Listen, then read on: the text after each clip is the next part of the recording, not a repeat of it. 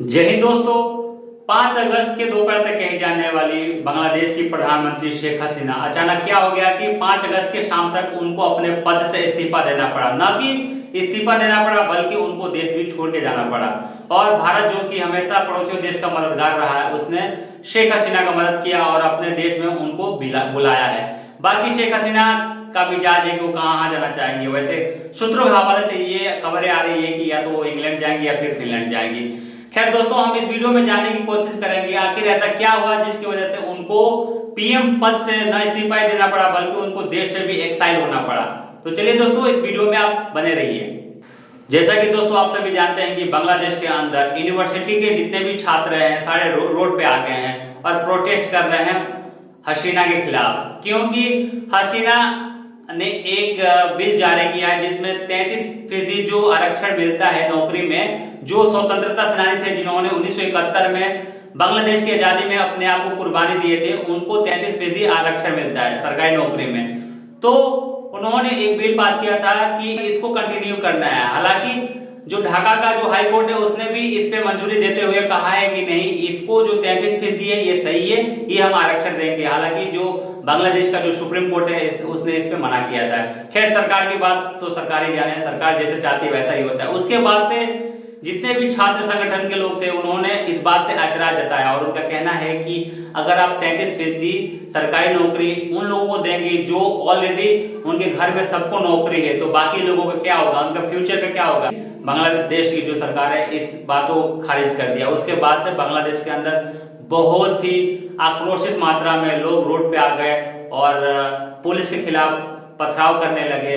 हालांकि इसमें मैं आपको 3 ऐसा कैरेक्टर बताऊंगा जिसके वजह से बांग्लादेश की शेख हसीना का जो ये पद से इस्तीफा देना पड़ा और उनको देश भी छोड़ना पड़ा। इसमें पहला नाम है ढाका यूनिवर्सिटी का स्टूडेंट है नाहिद इस्लाम है, और दूसरा है वो भी ढाका यूनिवर्सिटी का स्टूडेंट है, उसका नाम है आसिफ महमूद जो कि ये लैंग्वेज स्टडीज का स्टूडेंट है। और जो तीसरा अहम किरदार है वो है अबू बकर मजूमदार का। इन तीनों की वजह से बांग्लादेश के अंदर बहुत बड़ी क्रांति हुई। हुआ ये कि इन तीनों ने अपने अपने यूनियन को संभाल कर रखा था और इनके गाइडेंस में छात्र प्रोटेस्ट कर रहे थे। लेकिन पुलिस क्या हुआ, पुलिस इन तीनों को अलग अलग डेट पे अलग अलग समय पे इनको पकड़ के ले गई है और इनको 3rd डिग्री इस्तेमाल की है। हालांकि पुलिस ने इन बातों को एक तरफ से खारिज कर दिया है और फिर इनकी इतनी पिटाई हुई कि इनको हॉस्पिटलाइज करना पड़ा। फिर जब ये ठीक हो गए, फिर जो शेख हसीना के जो पुलिस वाले थे इन्होंने इनसे एक बयान जारी करवाया, वीडियो बनवाया और उसमें इन्होंने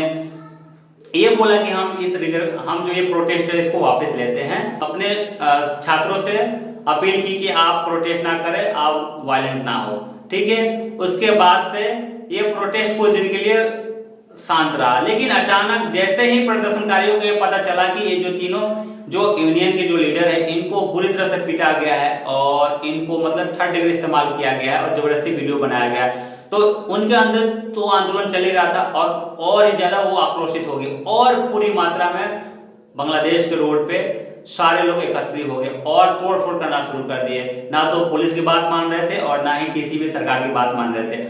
और फिर क्या हुआ, बांग्लादेशी जो स्टूडेंट है 40,000 लोग वो बांग्लादेश के जो प्रधानमंत्री का जो भवन है उसके अंदर घुस गए और तोड़फाड़ करना शुरू कर दिए। और यहाँ तक कि अगर प्रधानमंत्री मिल जाती शेख हसीना तो उसको जान से भी मार देते, लेकिन प्रधानमंत्री पहले भाग गई थी और उन्होंने क्या करा, अपना देश छोड़ के भारत में शरण ली, जो कि भारत में आई थी सोमवार के शाम को आई थी गाजियाबाद के हिंडन एयरबेस पे।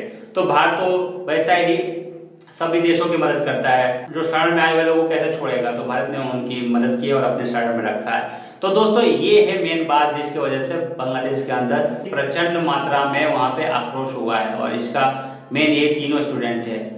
दोस्तों ये वीडियो आपको कैसा लगा कमेंट करके जरूर बताइएगा। जय हिंद।